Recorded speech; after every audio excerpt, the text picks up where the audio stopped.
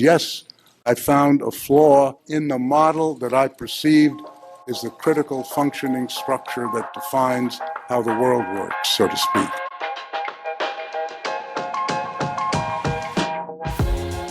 I think it speaks to a broader problem in our economy, our society, where we trust rich people can dedicate themselves to our problems more effectively than we can collectively.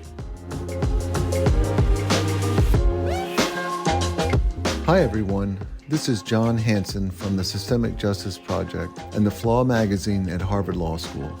In this, the second episode of Flaw School, hosts Troy Brown and Thi Nguyen speak with Harvard Law student Brandon Martinez about U.S. tax policy. In their conversation, Martinez explains how, since the post-World War II era, conservative movements have worked to dismantle progressive tax structures, benefiting the wealthy and making tax avoidance common among the ultra-wealthy. He also highlights how racism has shaped tax policy and how those policies deepen systemic racial inequities. There is some good news. Martinez points to growing grassroots efforts at the state level to challenge these disparities, leading to broader engagement in efforts to reform tax systems, to hold power accountable, and create a more equitable society. Welcome to Flaw School, the podcast about the flaws in the law.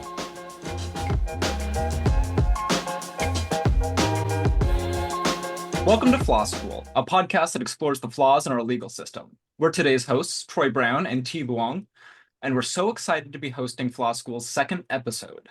Every 2 weeks, we interview law students to uncover the role of corporate actors in producing many of our most urgent social problems and the troubling tale of corporate actors shaping, bending, capturing, and breaking the law in their favor.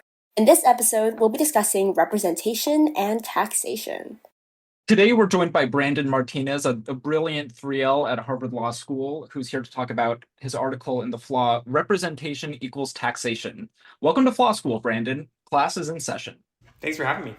Brandon, you write in your article about how right after World War II and in the 1950s, the wealthiest were paying a tax rate that exceeded 90% at the highest. But today we're at a point where the wealthiest Americans actually pay less in taxes than just average everyday Americans. Can you walk us through how we got to this point and how things changed so dramatically? Yeah, that's a big question. And it starts, ironically enough, just about the time when tax rates were the highest, because conservative actors and a number of people on the far right got involved in mainstreaming a set of theories that today we might consider more normalized. So for one, a common narrative that we hear when people are discussing taxation today is that it's often placed as an individual burden on people. And one thing that I found through my reporting that was really interesting was that even back in the earliest lawsuits and movements to institute tax repeals, these people were talking about similar things. For example, I found one of the first calls to repeal high income taxation rates and income tax altogether came from this man called A.J. Porth. He sued the federal government in 1952 for the fact that he had to withhold corporate payroll taxes, which, if anybody's familiar with it now, today is what funds Social Security, healthcare, the only kinds of things that are earmarked and don't necessarily go to the things we don't like. But he argued that that was the equivalent or akin to slavery. It was, to him, so anathema to his being that he argued the whole amendment granting the federal government the right to issue income taxation was unconstitutional. So these are the stakes that we're dealing with. And when people, understandably, threw that argument out of court, other actors became inspired to pursue tactics legislatively to make changes. And over the following 70 years or so now, people have been chipping away at what many economists and scholars deem like the most equitable era of our time in the United States history, at least. So when I think about tax policy, my eyes kind of glaze over. I understand that it's important, but I don't really know anything about it. And my sense is like taxes were higher at one point, and then Ronald Reagan enters like a boogeyman, and suddenly they're lower. Um, but who are the key players here? Who do we need to know about? And what's the real storyline driving this? I know you write that there were concerns around the Reagan tax cuts that cutting taxes would be deemed fiscally irresponsible, which is interesting because today we see conservatives hammer liberals for being fiscally irresponsible. So how have things changed so much in such a kind of short amount of time? Yeah, so the key players have morphed and changed in name only, you could say. I think what was very fascinating from my work unpacking the history and then interviewing people who are on the ground today trying to advance progressive arguments for taxation is they're often talking about different people, but they are consistently mentioning groups and names that have been rolling over funding for several generations. So I mentioned that A.J. Porth was an inspirational actor. He led Congressman Ralph Gwynn to propose what's called the Liberty Amendment, which is a basic repeal of the federal income tax. And then from there, if you looked at the federal government level, you might think that there was static action for some time. But in fact, what was happening was organizers in the South and in states in the West, like where I am in California, were hugely invigorated by the prospect of coalescing around this specific movement. And they started to sort of mirror each other's language around why the tax and why taxation in general was wrong. So they argued, for example, that if people could undo income taxation, then they would have more freedom over their land in the West, whether it came to large farms or private lands that the federal government was, quote unquote, intruding upon, or that it would grant a general states' rights. And some of these arguments today don't sound very racially coded, but if you read back and look into more detail on what these people are arguing, they very much understood that the federal government's power was almost inversely related to their own, and that taxation was the main vehicle by which they accumulated more, the federal government, that is. So from there, about 9 state legislatures had passed the Liberty Amendment by the time a man named Howard Jarvis came around. And this is where people start to assemble more institutionalized groups. The Howard Jarvis Taxpayers Association is still alive and well to this day in California. And Howard Jarvis, who started again like a fringe figure, argued that a tax revolt led by him could ensure that people's taxes in California never rose. And sure enough, I mean, he was very successful. He passed Prop 13. He led the movement and people adopted it, which capped property taxes for Californians and ensured that going forward, the tax would be regressive. In other words, the tax, because it could never rise without ballot approval from the voters, was going to be something that benefited rich people more than poor people. And so I think one thing to keep in mind as you read the article is some of these people seem like they pop out of nowhere, or that they sort of amass power like all of a sudden. But I think even though the names change, it's important to highlight that they are receiving support and grassroots, or at least institutionalized power in a way that's consistent and longstanding. You talk a lot about how racism is inextricable from our tax policies in the past, and I'd love to learn more about that. So, how has our history of taxation been related to systemic injustice?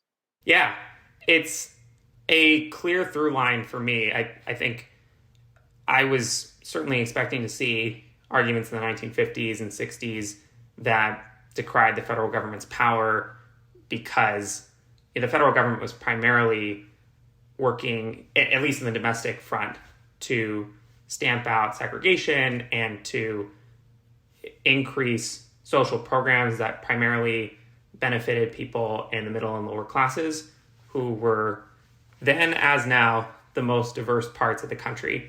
And so that was there. I think what was more interesting is that the argument Reagan introduced that said people who are on welfare or welfare queens, people are probably familiar with that stereotype, are taking money from quote unquote us, and that the federal government needs to take a smaller role in people's lives.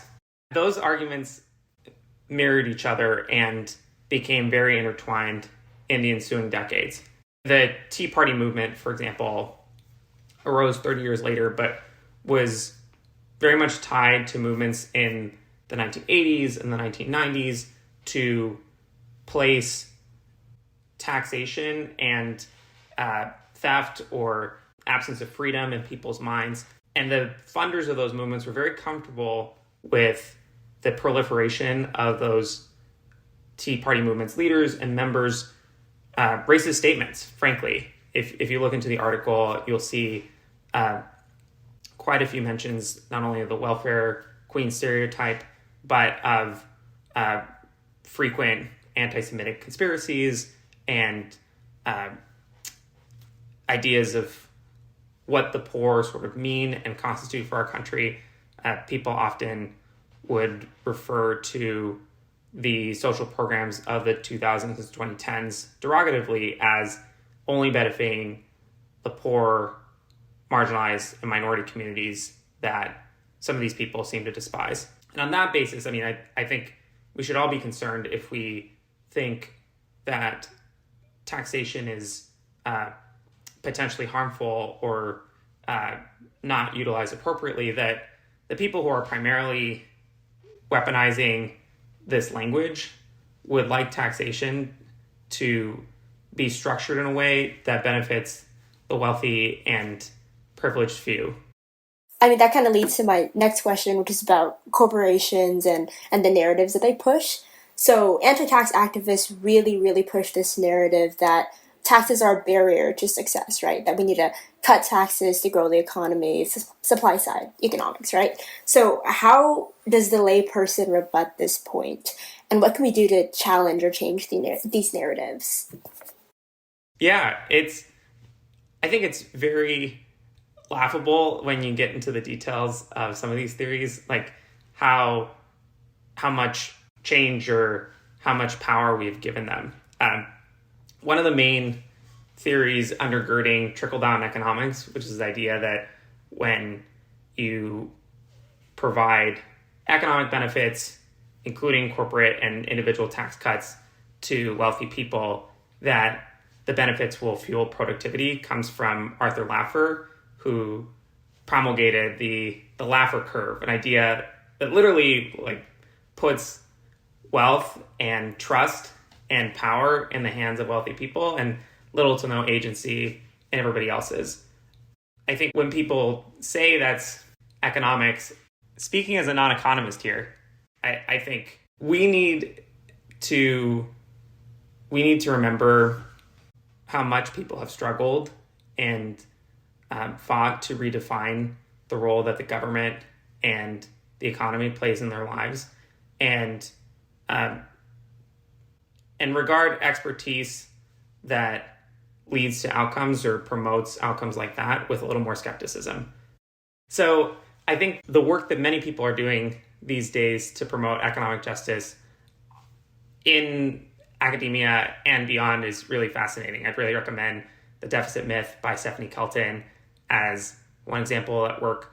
People who are promoting theories that would allow the government to provide social services to meet the needs of working people really deserve mention, because I think with the resources and the power and capacity of the federal government, we can do most anything, and we can surprise ourselves by the way we ramp up our capacity to meet the needs of working poor. I think we just take for granted that the federal government does not do that, and obfuscate the ways that its power so often accumulates the power of the wealthy. I think this is a really great point that I want to stick with. And maybe we've done a little bit of a disservice by starting the conversation with the conservative framing and kind of charting the course of conservative tax policy. But anyone involved in progressive politics right now is aware that there are really robust debates happening on the left about tax policy as well. Elizabeth Warren literally made it a part of her slogan when she ran for president in 2020, just 2 cents. You don't fall into this trap. In the piece that you write, you both start and end writing about progressive tax policies that are really gaining momentum. You start by writing about the wealth tax and Bill Gates's response to that. Could you talk about what is going on the left and how tax policy and thinking about tax policy has been changing? Yeah, I want to uplift a couple people who shaped my thinking around this. I was fortunate enough to interview Amber Wallen from the State Revenue Alliance and to talk a bit with Professor Clint Wallace from the University of South Carolina. They both were interested in proposing tax policies that span the gamut from a wealth tax, which would take unrealized gains, the base of assets that somebody owns, and tax a small portion of those, to everything from the mark-to-market tax, which would tax the value of unsold financial assets, stocks and bonds, for the amount they appreciate. And then beyond that, too, to what Professor Wallace introduced as a luxury emissions tax to specifically promote accountability for climate pollution from the highest emitters. So it's great to see that any and all of these can be additive. I think when I first entered this article, I imagined that the story was going to be about how the left is coalescing around one wealth tax.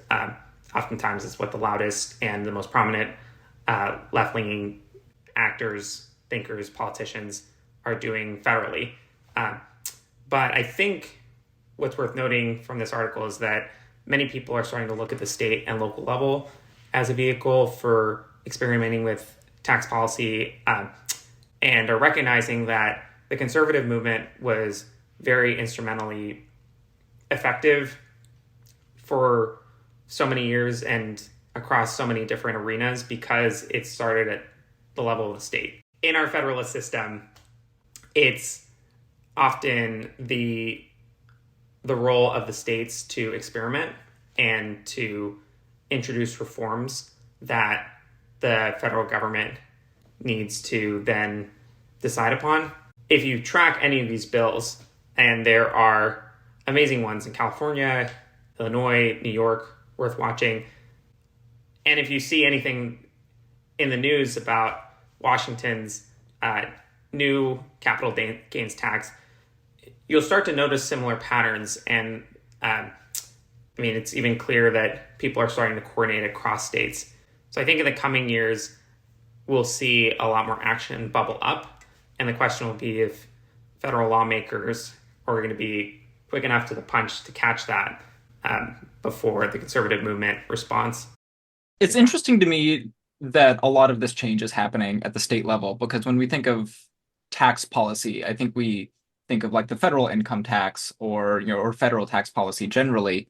Are states that well positioned to enact sweeping tax changes? I know this is something that I'm interested in, but I'm a little skeptical of, right? This was a big part of messaging here in Massachusetts. We recently raised taxes on people earning more than $1 million a year. And a big point made by the opposition was that people are just going to leave Massachusetts. Is this something that we see in states experimenting with progressive tax changes? How real are these concerns? I mean, partially they are real, to be frank, because the practice of capital evasion is happening globally. and at such a scale that to move between states in the US, I mean, for some people, that's a no-brainer. After Washington enacted its capital gains increase, Jeff Bezos first complained and then made official its move to Florida. And, he might say there are a lot of reasons for that, but at least some of them I can imagine harken back to the tax. And he made that explicit in his comments. That's always going to be a problem until, as people like Thomas Piketty would argue, we institute some global capital or labor tax that affects everybody. It doesn't deter people on the right, for example, from trying to operate at multiple levels when they want to abolish the estate tax. At least, they've been very effective at that and have made changes at both stages. So I think for people who are active on the ground, what their response would be is to say that many of the reforms people are interested in will prove at least significantly effective. And then from there, policy actors in other arenas will be able to tweak at the margins and see if something else is more effective. So what does that reform look like? Yeah. So California has been active in proposing a wealth tax, and it would be a 1.5% rate for assets that are over $1 billion, which is really significant. They also are the first state to propose a worldwide estate tax, which would be very significant because states often regulate taxes that are assets that are only within their borders. And that law, if passed, would probably face a series of legal challenges in the conservative federal court circuit. So we would need to see how that develops. But there are other proposals like those that are coming from Illinois and New York that would tax unsold financial assets called mark-to-market taxes for the amount that they appreciate in value. And I think whichever ones become legal, it's probably going to be a question that takes a number of years to resolve. But I think the fact that people are trying different things is neat. Yeah, I really loved that California bill when it came out, but kind of the same rebuttals and opposition came out where people were like, oh, people are going to move out of California, and oh, this isn't going to work out because it'll face, challenge in the courts, which kind of leads me to a law school related question. But I'm curious, is tax reform something you discuss in law school?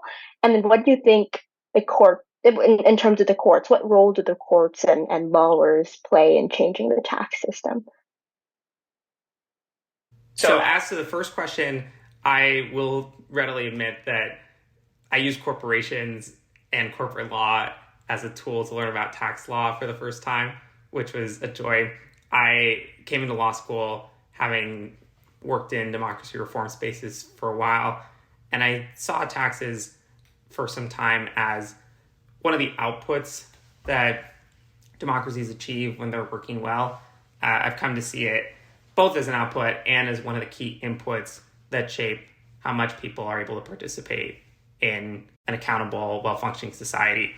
I think lawyers can spend their time and do a great job explaining our otherwise archaic rules that they have helped build so that people feel like all of this is accessible to them and they have the means and clarity of purpose to ask their legislators to make a change. I think oftentimes the key thing I notice about law school is that people are preparing their students to learn about the law as it is, with some amount of discussion, relatively minimal, around why the law came to be and whether it could change or reform itself, if at all. And I think that the next few decades, I hope, will institute a new purpose or a new call to action for law schools, because the way of thinking that's centered on teaching people to the test, more or less, on how to be a lawyer in the world of today with a very conservative Supreme Court, a legal profession that is facing calls for accountability, and a lack of public trust will certainly necessitate some amount of self-reflection on our part as to how we can be more transparent, how we can be more imaginative, how we can center the needs of the people who have, for decades, asked our lawmakers to be more responsive to them. I think that additionally, lawyers need to learn how to pass laws as well. We often focus so much on what the courts are doing and what the courts are saying about themselves and about our legislatures. If we took the time to think about what our lawmakers could do to make their bills more effective, then I think we'd be in a much better place to help people as they advocate. I think that's a really powerful point. As someone who's in law school right now as well, I think I spend a lot of time thinking about how it's never been a worse time to be in the law, but I also think it's never been a better time to become a lawyer. I think the legal profession is really at a crossroads right now, and there are a lot of really exciting up and coming thinkers that are pushing the profession, that are pushing judges, that are pushing everyday lawyers to think about the law differently, to approach the law in a way that's not so distanced from first principles. So I think that's really important to hammer. That's not a question. That's just a comment. So, Brandon, you talk about Jeff Bezos moving to Florida as part of a tax avoidance scheme, and you write about tax avoidance in your article as well. We know that Florida in all sorts of ways is one hell of a drug, but what is it doing in this space? How does it facilitate tax avoidance? Well, Florida isn't an outlier in how it designs its tax code. It just happens to be utilized more often than many others. Florida allows people to live in the state for 6 months and a day and to qualify for a number of its tax breaks. So the millionaires and billionaires of this world will be able to dance around and fly between Washington State, LA, Massachusetts, but ultimately keep their main source of residence in Florida so that all of the revenues that they gain can be passed off with no estate tax and with a much lower marginal income tax rate than many others. Additionally, I think it's important to highlight that the tax evasion Jeff Bezos employed here is probably just the most egregious version of unaccountability we've seen. There is a very prominent, well-known tax evasion strategy among wealth advisors called buy, borrow, die, where increasingly the playbook for the ultra wealthy is to deduct as much as they can by maintaining their assets in the forms of stocks and bonds, and then realize capital gains only much later in their life after they have borrowed an inordinate sum of money from banks that are more than happy to loan money to individuals and institutions with whom they deal quite regularly. And this is a large subsidy to high net individuals and corporations that we allow on our dime with little to no federal oversight or regulation.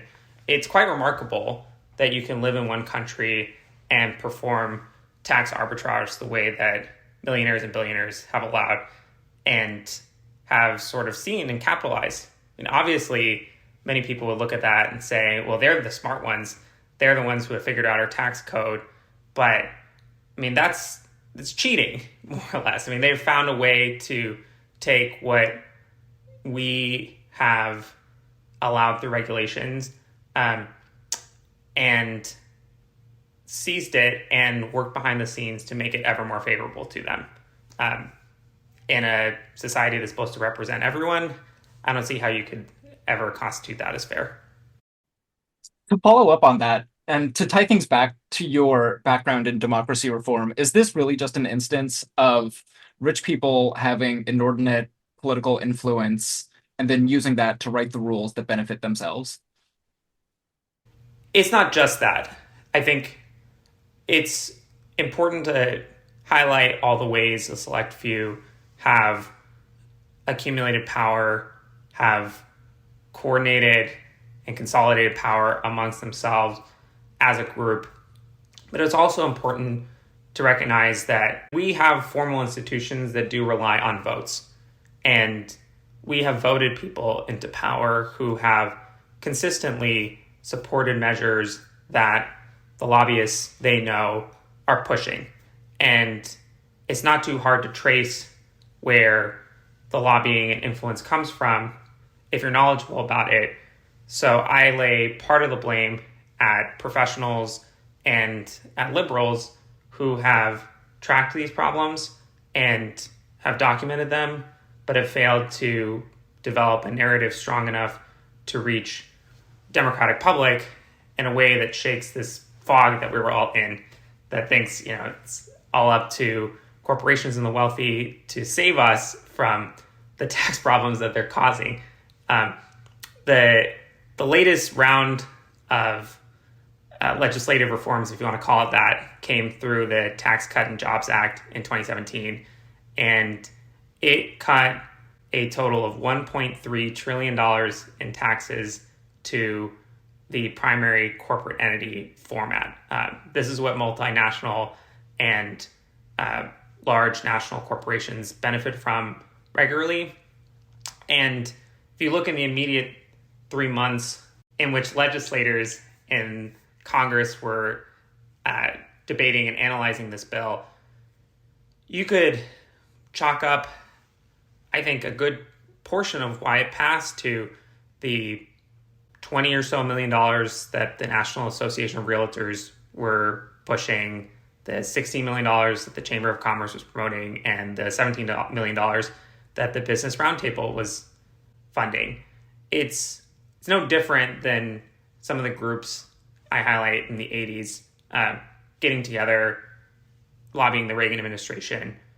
But it's important to point out who's doing this, because I think anybody who puts the onus of their lobbying efforts behind benefiting themselves and their associates should be viewed with some skepticism when they say they work in the public interest. All of this has me thinking about accountability and how we keep billionaires accountable. I thought it was really funny when you wrote about how billionaires are like, I want to pay taxes, right? Well, I'll donate, but they end up just donating to their own foundations and engaging in philanthropy that just benefits themselves. So my question is, how did we get to such rampant economic inequality? And what do we do to keep these billionaires accountable to close that gap? Yeah, you've highlighted very importantly how much economic inequality has risen in the United States. The top 10% of earners now hold more than double the wealth of the bottom 90%. And the average earnings of someone in the 90 to 90th percentile in 2022 was around $183,000. But the average income of the top 0.1% was around 2.8 million. And it gets even more stark when it comes to wealth. So the problem with philanthropy is that we understandably want to incentivize donations, and we would like people to be able to support social causes and civic principles in their communities. And millions of people engage in philanthropy.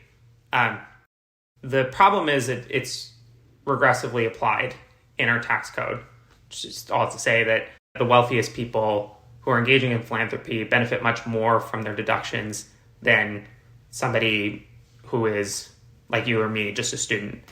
And often people can structure their philanthropic endeavors in such a way that they can promise to give in the future and still deduct that in the present.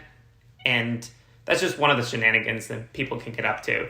I think it speaks to a broader problem in our economy, in our society, where we trust rich people can dedicate themselves to our problems more effectively than we can collectively. And their statements should be taken at face value when they involve their self-interest, because the groups that various billionaires have formed so that individuals can pledge to donate to their governments and to international organizations have floundered. I mean, the data is seriously so stark that it's worth mentioning. 2/3 of the 400 wealthiest Americans have given less than 5% of their net worth to charity.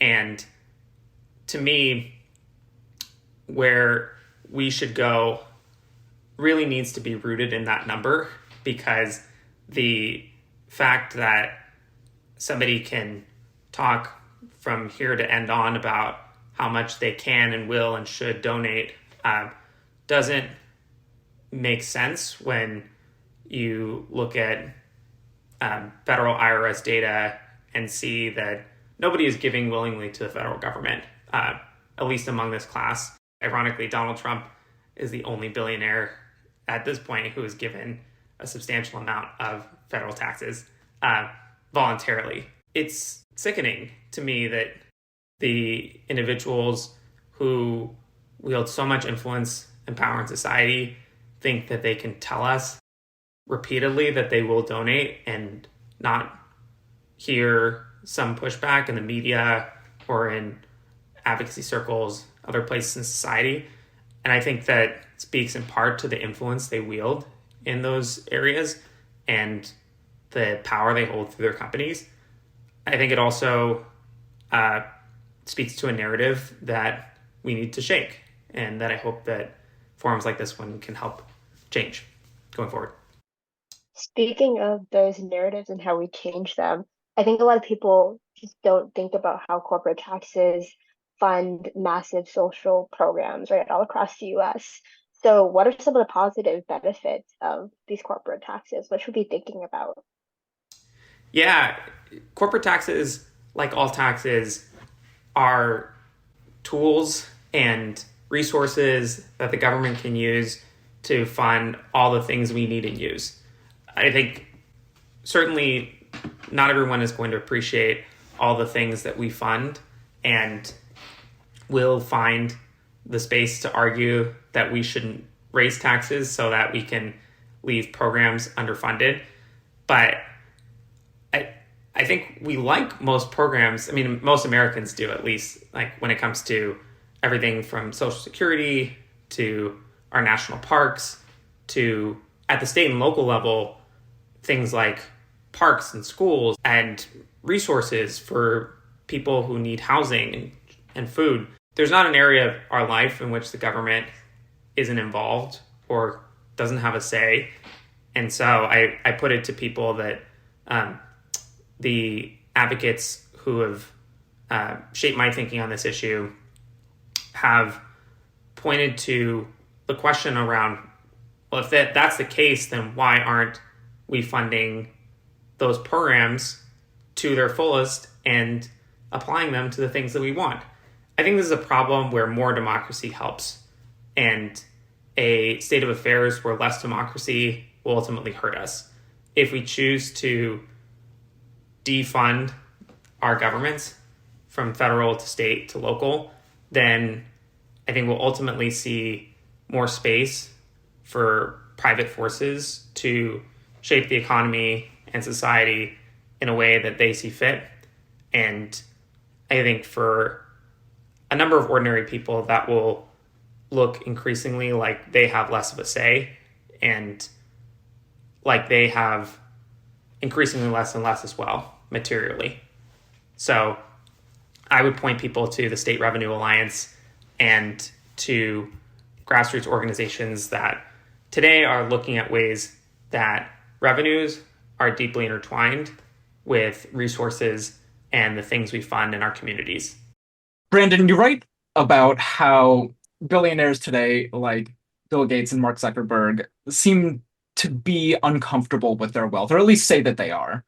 Um, and part of that discomfort leads them to philanthropy. And I think this is something that has been present for a long time with the ultra wealthy. We saw, you know, Andrew Carnegie building libraries all across America in order to boost his legacy. Um, how would you compare what the wealthy are doing today with what they did previously? I think we will potentially see today's robber barons as the same kind of benevolent, good faith lords of yesteryear if we give it enough time and we don't intervene with public policy measures. I think Rockefeller and Carnegie are really good examples here of the type of way that PR firms can intervene.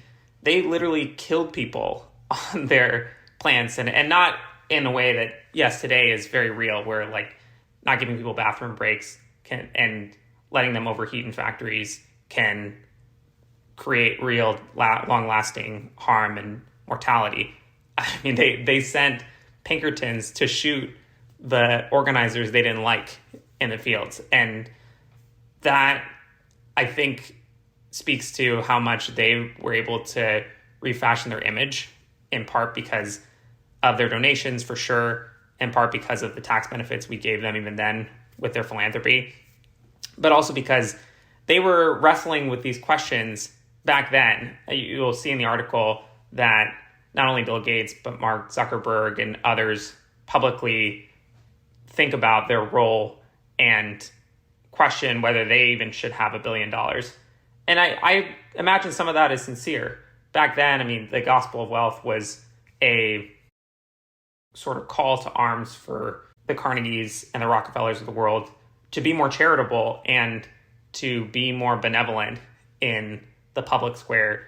And they successfully made that happen. So I don't know if long term, like the kind of redistribution of their images, our modern robber barons' image is out of reach. It's possible. We've talked a lot about corruption today, corruption of the legislator, not keeping billionaires accountable, and all these other horrible things. So what can we as lay people, as ordinary people, do? Anything, but sit down and listen to this podcast. I mean, you got to get up and get active and get involved in an issue that matters to you, because whether it's the health and safety of our schools and our roads and our neighborhoods, to the basic questions around who should own what in society, you're going to find a tax implication in there somewhere. You might also find that there are people involved in that space. I think the State Revenue Alliance is a really great organization to track if you are directly interested in the question of which taxes and which proposals are best fit to meet the needs of our society today. But I also think that if you want to see society evolve to hold corporate actors and the ultra wealthy more accountable, try and find a local group that matters to you, or get involved in the groups that you already participate in, and share this knowledge that whether it's a local property tax or it's anything at the national or international level, there are ways you can participate and give input. And there are people who need to hear you say, I would like our resources to be allocated more fairly as well as more efficiently. And I think we need to communicate to our neighbors and our legislatures that both these things go hand in hand in the future. What a great place to wrap things up. I am ready to go pay my taxes, but more importantly, I'm ready to make others pay theirs too. Brandon, thank you so much for joining us on Flaw School. Thanks, Troy. Thanks, T. Yeah, thanks to our wonderful editor, Mirei, as well. If you're interested in reading Brandon's full article, Representation Equals Taxation, or learning more about the flaws in our legal system, check out The Flaw magazine at theflaw.org. If you enjoyed this episode, I invite you to do some extra credit and check out the show notes for links we discussed today. Make sure to subscribe to our podcast wherever you listen to your podcast. You can also check out flawschool.org for more content. Thank you all for listening. Class is dismissed.